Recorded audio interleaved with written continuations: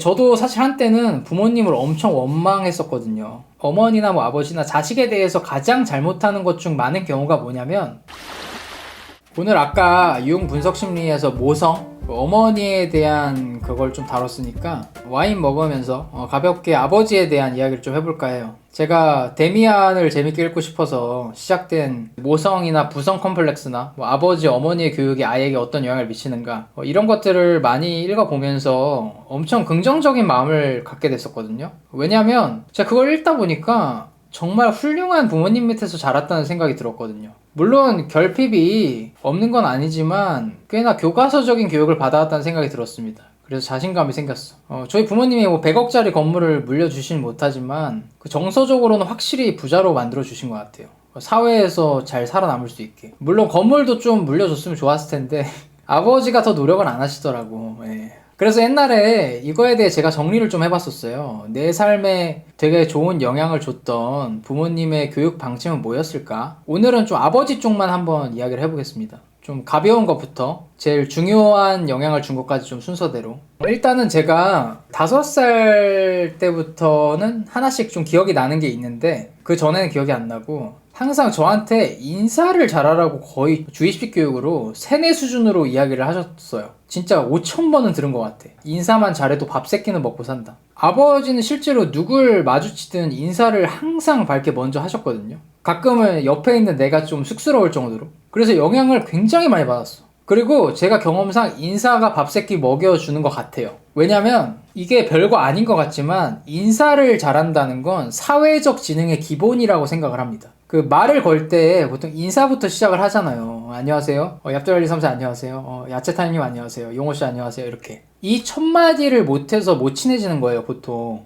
특히 한국 사회에서는 누군가를 마주쳤을 때 먼저 인사를 하는 사람이 많지가 않습니다. 많이 마주쳐서 알고 있는 사람이라도 인사 안 하는 경우 많죠, 솔직히 보통. 눈치 보다가.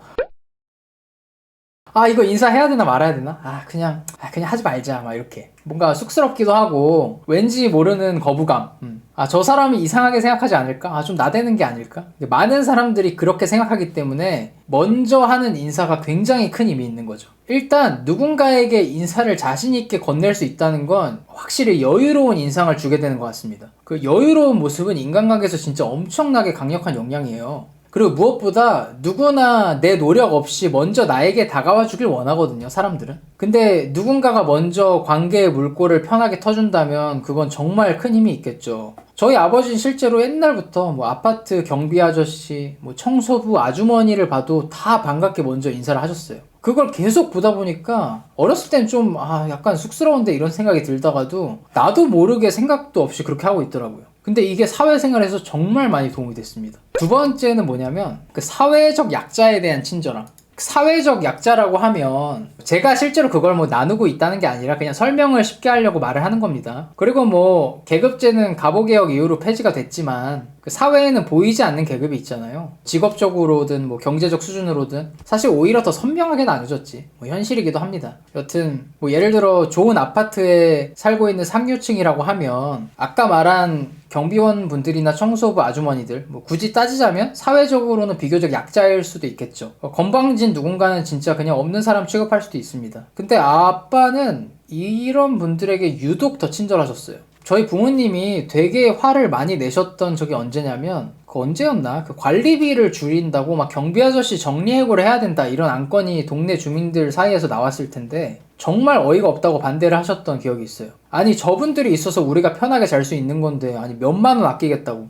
그리고 그 돈 없는 사람도 아니면서 인건비를 줄이는 게 말이 되냐. 정말 근시안적이고 바보 같은 짓이다 이런 말씀을 하셨었거든요. 근데 저도 그게 어린 나이부터 동의를 좀 했던 것 같습니다. 그리고 아버지가 직장에서 높은 위치에 계실 때 저랑 술을 한잔 하시다가 어떤 말을 해주셨냐면 너가 어떤 지위에 있던 너의 사무실 자리를 정리해 주시는 청소부 분들에게 가장 훌륭한 친절을 베푸르라고 하셨어요. 왜냐면 예를 들어서 손님이 내 사무실에 오셨을 때 내 화려한 자리를 가장 빛나게 해줄 수 있는 분이니까. 그 높은 자리로 갈수록 그런 디테일 하나가 품위를 결정한다는 거죠. 상대적으로 높은 지위로 보이는 사람이 그렇지 않은 사람에게 극도의 친절을 베푼다면 그분들은 너 자리를 청소해 줄 때 유독 더 애정을 갖고 더 깔끔하게 빛나게 만들어 주실 거다. 그리고 그런 디테일에서 오는 차이는 생각보다 엄청나다. 그리고 어떤 공간에서 오래도록 청소를 하신 분들은 그 공간에 대해서 누구보다 잘 알고 있기 때문에 좋은 마음을 먹으면 엄청난 도움을 줄 수도 있고,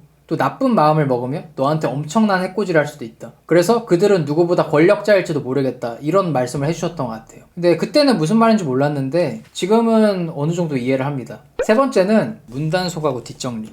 아빠가 어렸을 때부터 항상 자기 전에 모든 창문이나 뭐 보안과 관련된 그런 걸 과하다 싶을 정도로 다 확인을 하시고 잠자리에 드시더라고요, 맨날. 그래서 어렸던 제가 빤히 쳐다보니까 하시던 말씀이, 크면은 너가 해야 될 일이다. 가장은 내 아내와 자식들이 편하게 자는 모습을 다 확인하고 그들이 안전하게 잘 수 있는 환경을 조성한 다음에 잠자리에 들어야 된다, 이렇게 말씀하셨던 게 기억이 아직도 나요. 그리고 이거는 제가 잘 못하는 건데 뒷정리를 잘해야 된다고 항상 말씀하셨어요. 그 문단속도 비슷한 맥락이지. 내가 마지막으로 뒷정리를 한 그 장소는 누군가에게 첫 경험일 수 있기 때문에 항상 뒤를 잘 정리하고 다니라는 거죠. 내 자취를 깨끗하게 하면 누군가는 나 덕분에 기분이 좋고 안전해질 수 있는 거니까. 제가 문단속은 잘하는데 뒷정리는 잘 못합니다, 솔직히. 근데 뭐 결혼하면 잘하지 않을까요? 뭐 본 게 있으니까. 그리고 네 번째는 운반자의 역할은 즐거운 일이다. 이게 무슨 소리냐면, 제가 한 3년 전에 차를 샀는데 그때 제 친구들 중에서는 차 있는 사람이 많지 않았어요. 20대였으니까. 그래서 여행 갈 때 제가 픽업을 해서 갔죠, 대부분. 근데 여행지에 갈 때는 떠들면서 가니까 운전도 재밌어요. 시간도 잘 가고. 운전하시는 분들은 알 거야.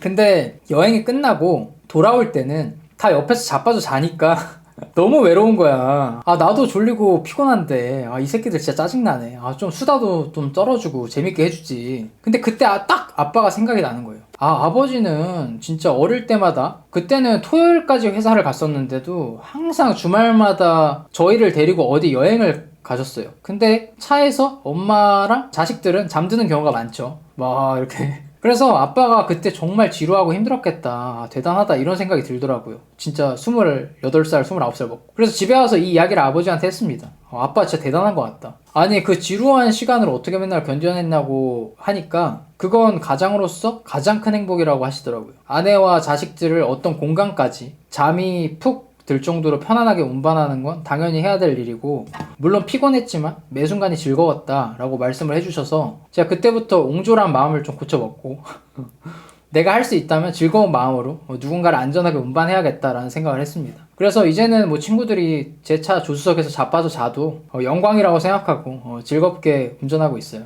이제부터는 제 사회적인 성취에 좀 도움이 되었던 교육이라고 생각을 하는데, 제가 아버지랑 6살 때부터 바둑을 몇 년 뒀었어요. 중학생 때부터는 입시 때문에 바빠서 못했는데 제가 유년 시절에 바둑 두는 걸 진짜 좋아했거든요. 그리고 잘 뒀습니다. 바둑 기사가 한때 꿈이었을 정도로. 제 2의 2세, 그땐 이세돌이 아니었지. 그 친구들이랑 뛰어놀고 와서도 맨날 혼자 바둑판 앞에 앉아서 그 이세돌 씨 전 세대 바둑 기사들인 이창호 구단, 뭐 유창혁 구단, 뭐 아실 거예요.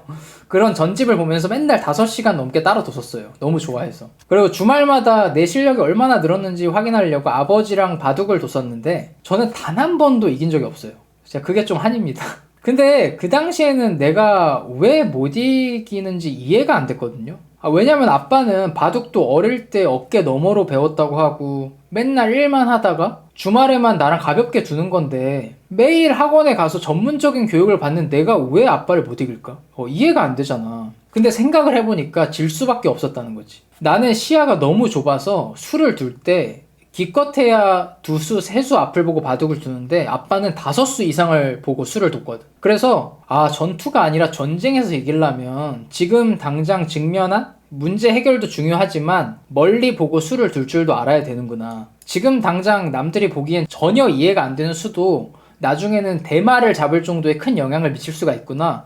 이거를 좀 어렸을 때 깨달았던 것 같아요. 그래서 물론 제가 아직 엄청 성공한 사람은 아니지만 그냥 지금도 뭘 해도 밥 새끼는 먹고 살고 뭐 어떤 비즈니스를 해도 망하지 않을 자신이 있는 이유가 그 바둑을 두면서 체화한 그런 지혜들이 많아가지고 마음의 여유가 좀 있는 것 같아요. 어떤 상황이 와도. 뭐 제 착각일지도 모르겠는데 꽤나 많이 영향을 준 것 같습니다. 그리고 아빠가 1년에 한두 번 뵙는 저한테는 외할아버지, 그러니까 아버지에게는 장인어른이죠. 그분을 만나도 바둑을 항상 두셨어요. 외할아버지를 만나도. 근데 내가 옆에서 이렇게 보니까 아빠가 맨날 극적인 승부까지 끌고 갔다가 결정적인 순간에 딱 져주시는 거예요. 항상. 나도 바둑을 잘 아니까 알지. 항상 그런 식으로 져주시는 거야. 그래서 제가 이유를 물었죠. 왜 그런 식으로 하냐 하니까 야, 이런 게 사회생활이다. 그리고 실력이 없으면 져줄 수도 없다. 실력자만이 누군가한테 져줄 수 있는 거고 권력자만이 자비를 베풀 수 있는 권리가 있는 거기 때문에 지는 사람이 아니라 져줄 수 있는 사람이 돼야 된다. 이런 메시지를 주셨던 기억이 납니다. 그리고 바둑을 둘 때 서로의 거리가 50cm거든요. 이게 사람이 친밀해지기 가장 좋은 거리라고 해요. 아버지랑 사이가 안 좋은 적도 있고 뭐 아빠를 되게 싫어한 적도 많고 그리고 그렇게 다정하지 않으시거든요. 그 덕분에 근데도 어느 정도 애착이 형성되었던 것 같아요. 마지막은 최근에 너무 감사하다는 생각이 들었던 건데 어머니나 뭐 아버지나 자식에 대해서 가장 잘못하는 것 중 많은 경우가 뭐냐면 동일시에 대한 문제예요. 물론 어머니랑 아버지랑 잘못하는 양상이 좀 다른데 오늘은 아버지의 경우만 봅시다. 그 부성애는 모성애와 다르게 원형적으로 훈육적인 사랑이에요. 사회의 원리나 질서, 사회적인 규범을 지키고 따르는 법을 가르치는 성격이 있습니다. 근데 이거는 되게 좋은 건데 아버지들이 자신만의 오래된 체계, 원칙들을 지나치게 고수하면서 아이들의 의식에 잘못된 방향성을 심어주는 경우가 많다고 해요. 뭐 당연하죠. 사람은 다 미성숙하니까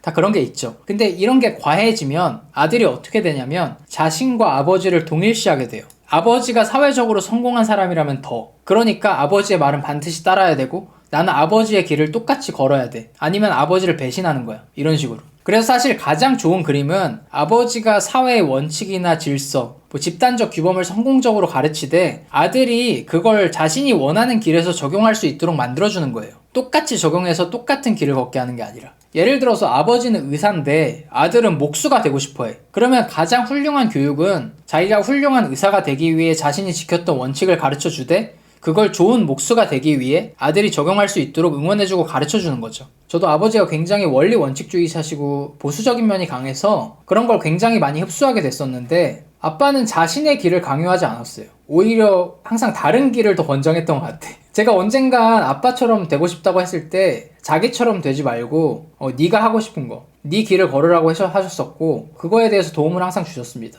그러니까 어떤 길을 걷던 도움이 될 만한 사회의 보편적인 질서와 원칙만을 알려주신 거죠. 그래서 저는 이제서야 아버지랑 완벽하게 분리가 돼서 완벽하진 않지. 조금은 분리가 돼서 완전히 다른 길을 걷고 있고 조금씩 성취해내고 있다고 생각을 해요. 제 길에서. 저는 아버지와 같으면서도 다르다는 걸 요즘 깨달았어요. 저도 꽤나 의존적인 성향이 강했어가지고 그 알을 깨는데 굉장히 힘들었거든요. 아직 부족하지만 그래도 많이 꽤 부순 것 같아요. 이제는 어머니와 아버지의 가르침을 내 내면에 내 방식대로 체화를 해서 스스로가 내 어머니이자 아버지가 되려고 노력을 하고 있다는 이야기입니다. 그리고 이제는 저도 누군가의 어머니이자 아버지가 될 준비를 해야겠죠. 그래서 그 과정을 통해서 더 성숙해졌으면 좋겠습니다. 근데 저도 사실 한때는 부모님을 엄청 원망했었거든요. 왜 그랬는지 모르겠습니다. 지금 되게 오랫동안 원망을 했었는데 아니 이렇게 완벽한 교육을 받았는데 뭐가 그렇게 불만이라서 그때는 원망을 그렇게 했을까. 그러니까 물론 학술적으로 완벽한 어머니와 아버지는 아니겠지만 뭔가 언제부턴가 내가 누리고 있는 좋은 점들만 생각을 하게 됐어요.